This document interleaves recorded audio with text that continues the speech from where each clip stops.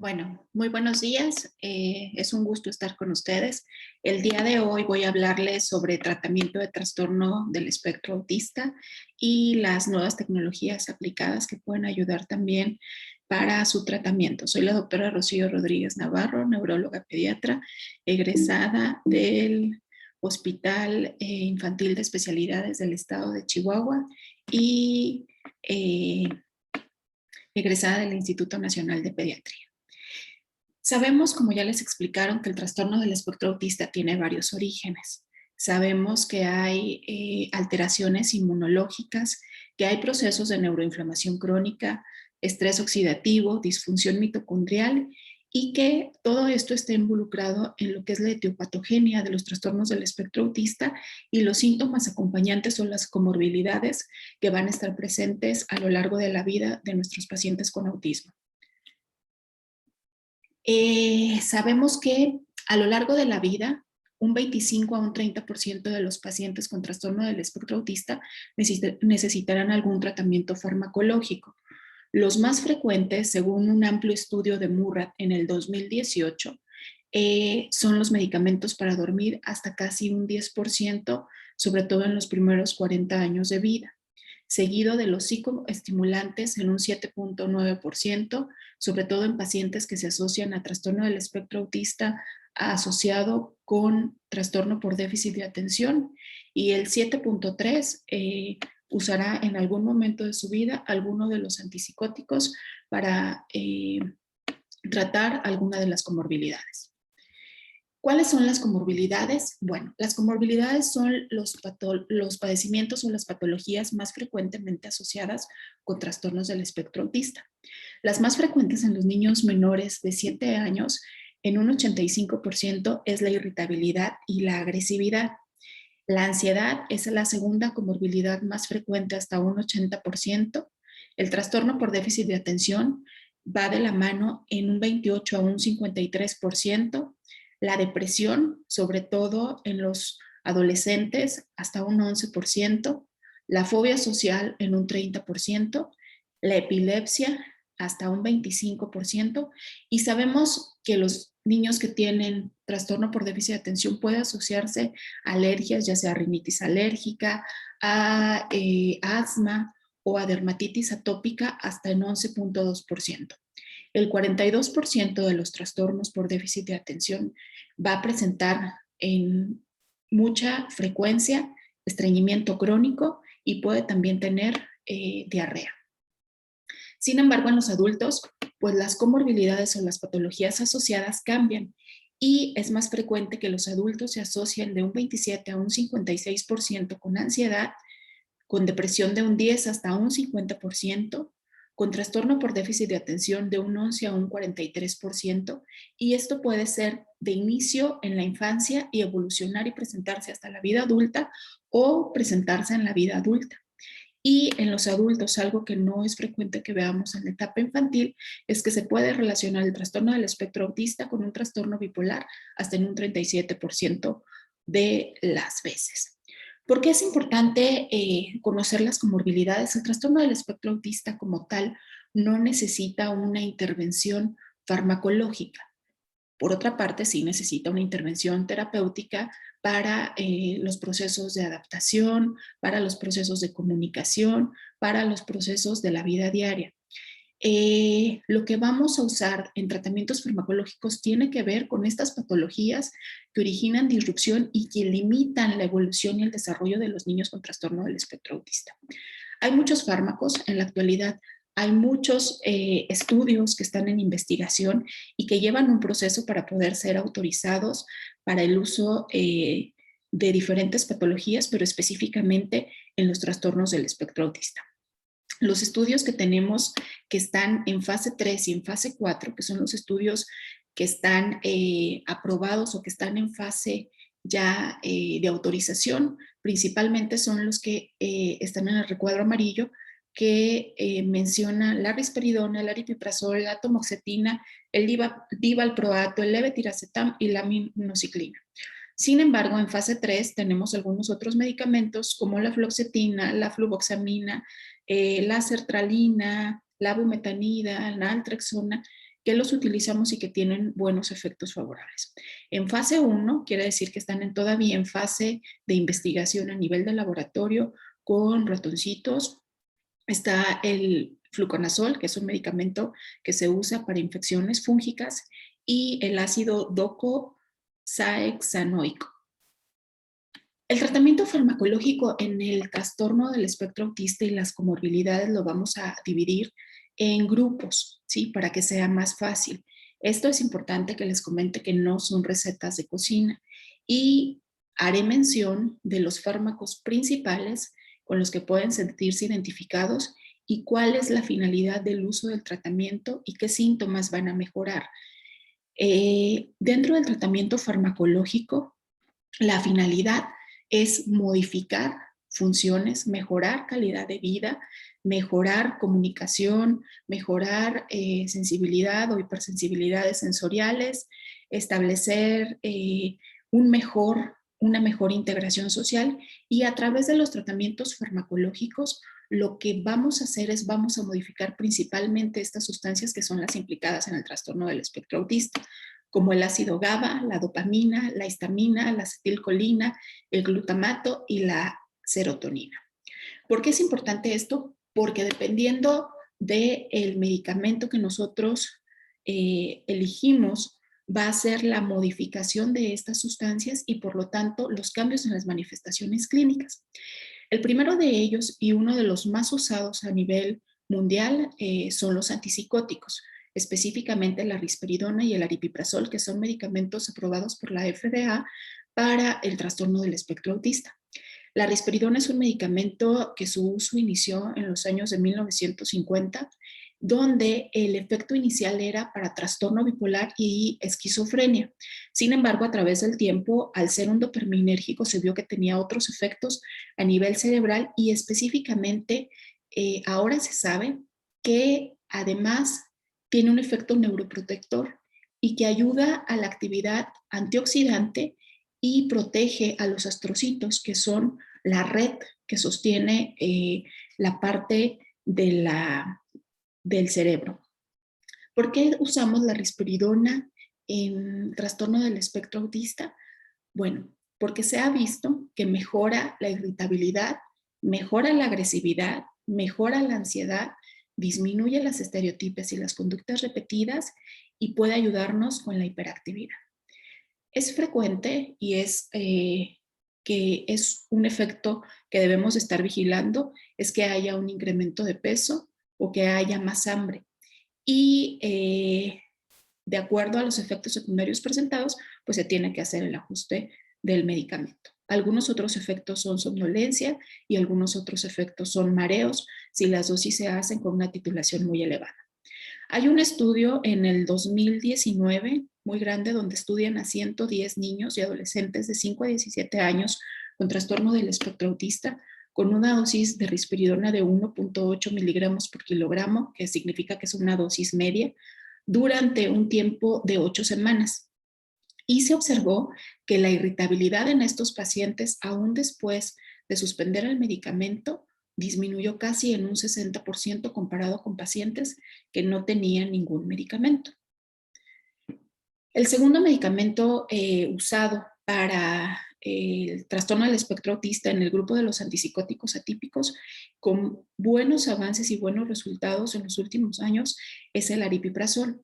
El aripiprazol también es un agonista dopaminérgico y que tiene efectos también antagonistas de los receptores a nivel de la serotonina, sobre todo del 5-HT2A y del 5-HT7. La ventaja sobre otros antipsicóticos del aripiprazol es que puede haber un efecto desde la primera semana con dosis muy bajas y que nos ayuda de manera sustancial para disminuir la hiperactividad y los estereotipos en pacientes con trastorno del espectro autista, así como un efecto en el lenguaje verbal. El efecto secundario más frecuente que se tiene sobre el trastorno del espectro autista y el uso de aripiprazol es la ganancia de peso, la somnolencia y la irritabilidad. La ciprasidona es otro de los medicamentos antipsicóticos que los efectos sobre todo se enfocan en la agresividad. El efecto es muy tardado, tarda casi en promedio de 3 meses Y la gran ventaja de la ziprasidona, sobre todo en niños que tienen obesidad, es que no tiene efecto sobre el incremento de peso. Dentro de los antipsicóticos atípicos, uno de los que se ha usado también más en los últimos tiempos es la clozapina. La clozapina es un medicamento que actúa sobre los receptores dopaminérgicos DA1, 2 y 3 y sobre los receptores de serotonina, de estas sustancias que les hablaba al principio, pero que la gran ventaja es que puede ayudarnos con trastornos de conducta severos que no han mejorado con otros antipsicóticos y que nos ayuda para mejorar sobre todo los niños que tienen mucha hiperactividad y mucha agresividad, tiene efectos benéficos. Hay criterios, no se recomienda en niños que tienen epilepsia porque puede disminuir el umbral convulsivo o en niños que cursan con neutropenias. La olanzapina es uno de los antipsicóticos que más usamos en los trastornos del sueño o en la irritabilidad. Sin embargo, hay que cuidar el incremento de peso y la resistencia a la insulina. Dentro de los más antiguos o de los antipsicóticos típicos que se usaba antes de los 1980, entre 1970 y 1980, con más efectividad en aquellos tiempos porque no había otras opciones, es el haloperidol. El haloperidol es un bloqueador de los receptores de 2 de dopamina y mejora síntomas además de la agresividad y del aislamiento social, ayuda con el aprendizaje. Los efectos secundarios y por lo que está un poco en desuso, sobre todo en niños, es porque puede haber muchos efectos extrapiramidales y somnolencia. Este es el primer grupo de medicamentos usados para el trastorno del espectro autista. El segundo grupo de los medicamentos más usados son los medicamentos estimulantes y no estimulantes que van dirigidos sobre todo a tratar la comorbilidad de autismo y trastorno por déficit de atención. Dentro de los estimulantes se encuentran el metilfenidato y la deslixanfetamina. La finalidad de estos dos estimulantes es mejorar la hiperactividad, mejorar la impulsividad y mejorar las funciones cognitivas. Es importante saber que no se puede dar a cualquier paciente porque puede haber efectos secundarios como la irritabilidad severa, la anorexia o el insomnio, pero si se titulan a dosis bajas son mejor tolerados y los efectos son muy benéficos. La atomoxetina es un fármaco no estimulante también usado para el trastorno por déficit de atención, donde ayuda además a la ansiedad, ayuda a la disminución de los tics motores, aunque no tiene tanto efecto sobre la atención como los dos anteriores. El tercer grupo de medicamentos para tratar el trastorno del espectro autista y las comorbilidades asociadas sobre todo a ansiedad y depresión son los inhibidores de la recapturación de serotonina. Los inhibidores de la recapturación de serotonina, ustedes los conocen. Es frecuente que papás en consulta pregunten por qué a mi hijo le dieron un antidepresivo si solo tiene muchas estereotipias o tiene comportamientos ritualistas y repetitivos. Pues bueno, porque dentro de los medicamentos para mejorar la transmisión y la recapturación de serotonina, nos ayudan para disminuir estas conductas. Son medicamentos que se usan inicialmente y que nos pueden ayudar para la ansiedad y para la depresión, pero además nos ayudan con comportamientos repetitivos, con conductas estereotipadas, con agresividad, con incluso alteraciones sensoriales. Dentro de ellos, ustedes los conocen, está la fluoxetina, el Luvox, el escitalopram, la venlafaxina y la sertralina. Sobre todo estos dos últimos se ha visto que mejoran sustancialmente los problemas de comunicación social y los intereses restringidos en los trastornos del espectro autista. Otra de las preguntas más frecuentes que veo en consulta y que los papás acuden a pedir una segunda o tercera o cuarta valoración es ¿por qué a mi hijo le dieron un antiepiléptico si no tiene epilepsia y tiene autismo? Bueno, dentro de los usos de los antiepilépticos no solo es para el control de las crisis convulsivas. Ahora sabemos que la lamotrigina, el valproato, el topiramato y la oxcarbazepina tienen un efecto modulador de la conducta, tienen un efecto a nivel del estado de ánimo, ayudan a mejorar el sueño, sobre todo la oxcarbazepina, y nos ayudan sobre todo para el manejo conductual. Los agonistas alfa-adrenérgicos, que es otro grupo de medicamentos que usamos, sobre todo la clonidina. La guanfacina es un medicamento para TDA que todavía en México no lo tenemos, esperemos que llegue pronto, pero la clonidina nos ayuda sobre todo para estabilizar el estado de ánimo, para disminuir la irritabilidad, la hiperactividad, la ansiedad, y es el medicamento de primera línea para tratar los tics motores y nos ayuda con el insomnio sin ser un medicamento controlado. Dentro de los medicamentos que actúan bloqueando los receptores de glutamato está la amantadina y la memantina. Es frecuente que si hubo, sobre todo en adolescentes, si hay un adolescente que tiene mucha autoestimulación, que hay conductas de desinhibición sexual, sobre todo en lugares públicos, y que eso crea pues frecuentes llamadas de atención o crea dificultades en la interacción social, la memantina puede ser un fármaco con buenos resultados para disminuir la frecuencia de esta autoestimulación. Nos ayudan también con la memoria y pueden tener un efecto sobre la irritabilidad. Dentro de los últimos fármacos que están siendo estudiados y que han tenido buenos resultados son los inhibidores de la colinesterasa. Estos fármacos, y es importante que lo sepan, que un medicamento, como ya se los expliqué, se puede aplicar para muchas diferentes patologías. Estos fármacos, su uso inicial fue para el Parkinson y el Alzheimer. Sin embargo, se ha visto, sobre todo la rivastigmina, que nos ayuda con pacientes que tienen trastornos sensoriales severos, donde la limitante en la alimentación es muy restringida, donde solo comen yogur todo el día o comen frijoles o no aceptan algún otro tipo de alimento a pesar de la terapia sensorial y a pesar de todas las estrategias terapéuticas. La rivastigmina nos puede ayudar a mejorar la parte del trastorno sensorial y nos ayuda con la flexibilidad de pensamiento. El donepezilo nos ayuda con el insomnio y estimula el lenguaje expresivo y receptivo, y la galantamina nos ayuda con la reducción de la agresividad.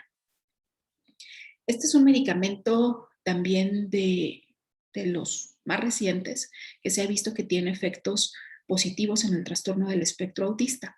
La vasopresina, o mejor conocida como hormona antidiurética, es una hormona que se produce en el hipotálamo y que ayuda a que los riñones mantengan una concentración de líquidos en el cuerpo y una concentración de sales. Pero a nivel cerebral nos ayuda para, sobre todo, la interacción social. Hay un fármaco nuevo que ya se está usando en Estados Unidos y en Inglaterra que se llama Valoctavan, donde hay buenos resultados, sobre todo en la parte de la comunicación social y en la vinculación afectiva con la familia. Tiene un efecto también antidepresivo y antiansiolítico, y el efecto lo encontramos a partir de la quinta semana. Y esta es, creo que es una de las partes que más me gusta, que es de los medicamentos antioxidantes y la función que hacen en el cerebro a nivel general y en los trastornos del espectro autista. Empezando con la vitamina D3, sabemos que los trastornos del espectro autista se relacionan con una deficiencia, encontrando concentraciones por abajo de 40 nanogramos por mililitro. Y esto es porque los trastornos del espectro autista se han relacionado a polimorfismos que codifican los receptores de la vitamina D3. ¿Por qué es importante la vitamina D3? Porque ahora se sabe que disminuye citocinas proinflamatorias y sus efectos en el cerebro, y que además regula o estimula los linfocitos dendríticos, que son los encargados de atacar, sobre todo, o de proteger ante las infecciones virales. La forma activa de la vitamina 3 es el calcitriol, y ahora se sabe que además de disminuir la neuroinflamación, actúa en la reparación del DNA, que es esta cadena donde se encuentran todos nuestros genes. Se sabe también que tiene efectos antiautoinmunes, que eleva el umbral convulsivo en aquellas personas que ya tienen epilepsia y que aumenta las células T reguladoras. Por eso era uno de los medicamentos que se sugería para prevenir o para disminuir el riesgo de enfermedad por COVID.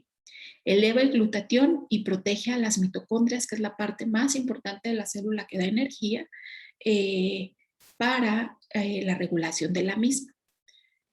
La dosis va de 300 unidades kilo día hasta 500 unidades y a través del tiempo, con un uso mayor de 6 meses, hay estudios que reportan que mejora la conciencia social, mejora la atención y disminuye la irritabilidad y la hiperactividad de niños con trastorno del espectro autista.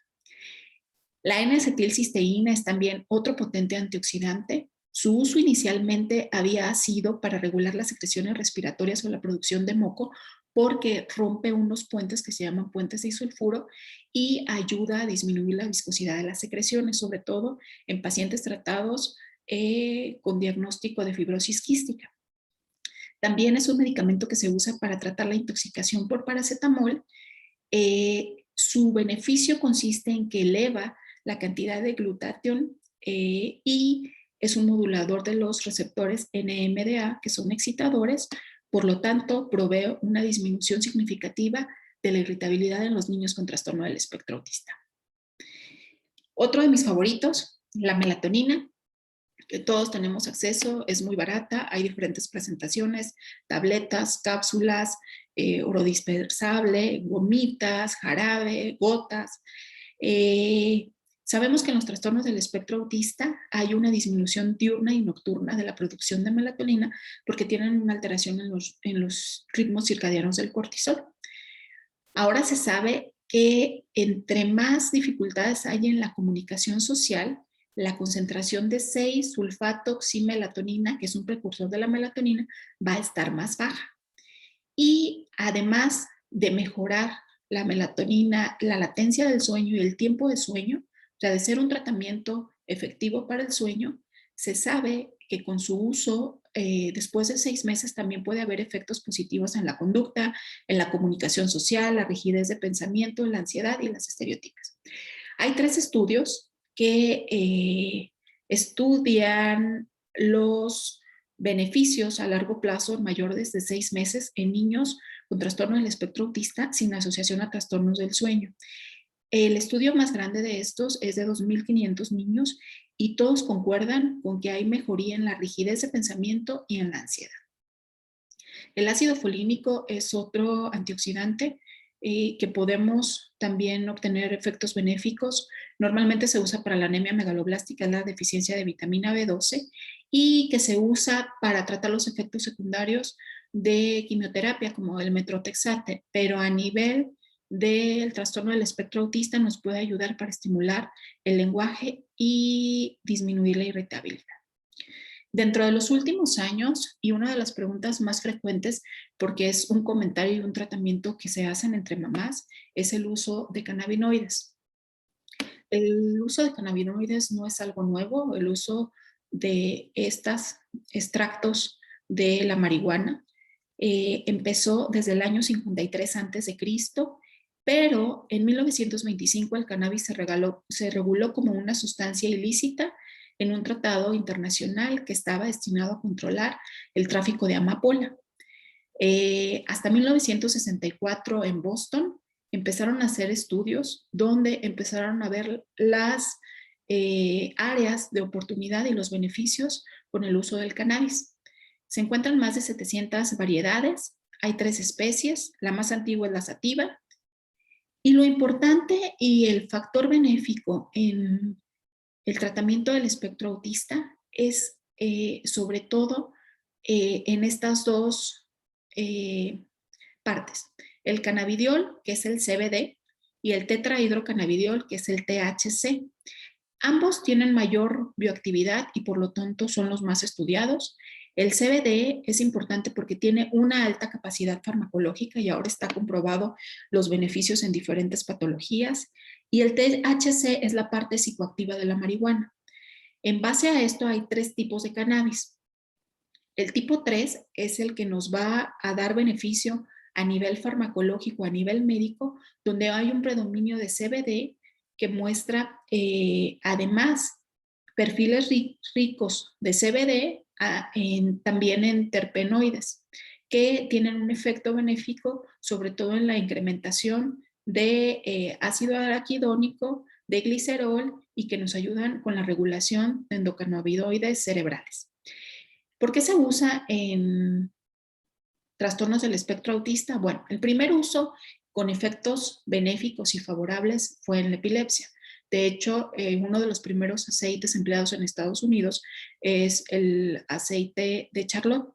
El aceite de Charlotte es precisamente fue para una niña llamada Charlotte que tenía una epilepsia de difícil control, que es un síndrome de Dravet y que tuvo efectos favorables. Como cualquier otro medicamento puede dar efectos secundarios, sin embargo, en la epilepsia con las titulaciones adecuadas generalmente responden bien. En niños con trastorno del espectro autista mejora la fobia social, favorece las funciones cognitivas y nos ayuda mucho con los niños que tienen autoagresividad. Dentro de los últimos años también se ha ampliado el abordaje y el estudio de la estimulación magnética transcraneal. La estimulación magnética transcraneal es un método no invasivo de estimulación focal donde hay campos electromagnéticos que despolarizan o que hacen que las células, las neuronas se abran y pueda haber un intercambio de iones como sodio, potasio, calcio, y que a través de pulsos pares, únicos o en trenes van a cambiar las frecuencias y los patrones modificando la actividad de una región del cerebro. Esto no es una receta de cocina, es importante que lo haga el personal capacitado en base a indicaciones médicas, porque depende mucho de la ubicación, la intensidad, la frecuencia y la estimulación y el número de sesiones y la frecuencia de sesiones, el resultado. La estimulación magnética transcraneal puede ser baja frecuencia y alta frecuencia. Baja frecuencia es de 1 a 3 Hz y la alta frecuencia puede llegar hasta los 8 Hz. Sobre todo se ha visto que en un intento de mejorar la excitabilidad de las regiones corticales, presumiblemente poco activas o no activas, se emplea para tratar áreas como la interacción social, aplicado los estímulos en la corteza prefrontal medial bilateral en personas con trastorno del espectro autista. Y bueno, dentro de las nuevas tecnologías aplicadas al trastorno del espectro autista, con la pandemia y el incremento de los dispositivos electrónicos, es importante que también podamos usarlos a nuestro favor. La finalidad de estas nuevas tecnologías es que ofrecen a terapeutas y cuidadores nuevos enfoques para educar y ayudar a personas con autismo. Deben ser atractivas visual y auditivamente sin que originen alguna molestia, y la finalidad es que haya procesos de intervención sistemáticos basados en aprendizajes que permita a los cuidadores y a los terapeutas realizar un seguimiento y un rendimiento de la aplicación. Es importante que sepan que es una ayuda, jamás sustituye a la terapia, jamás sustituye a un terapeuta capacitado, y la desventaja es que ya es un software que viene programado y que no puede personalizarse a las capacidades del niño.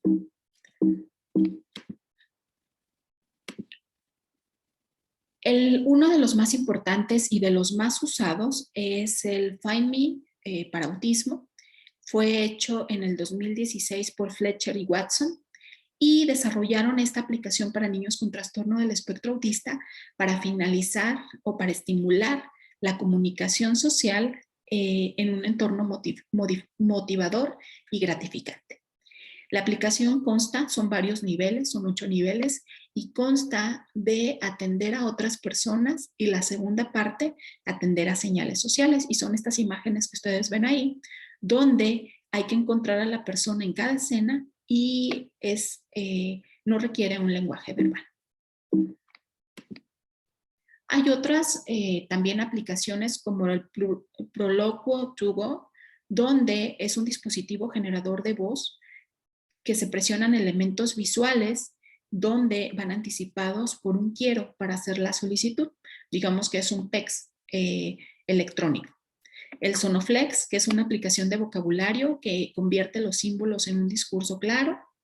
El iMovie BMIT, que es un software de edición de video que adopta el entrenamiento por imitación y que esto puede también incluso adaptarse a los videojuegos de realidad virtual. El Sensory Planner y el ABA Planner reaccionan a comandos auditivos estimulando las primeras palabras, y el FTBSHD, este es importante, sobre todo cuando se quieren estimular las actividades de autonomía, ¿sí? El servirse agua, el prepararse un sándwich, el peinarse, el ponerse el pantano. Y bueno, esto sería todo en cuanto a la parte del tratamiento y las actualidades, sobre todo en la nueva tecnología en relación al trastorno del espectro autista. Muchas gracias por su atención. Es un placer.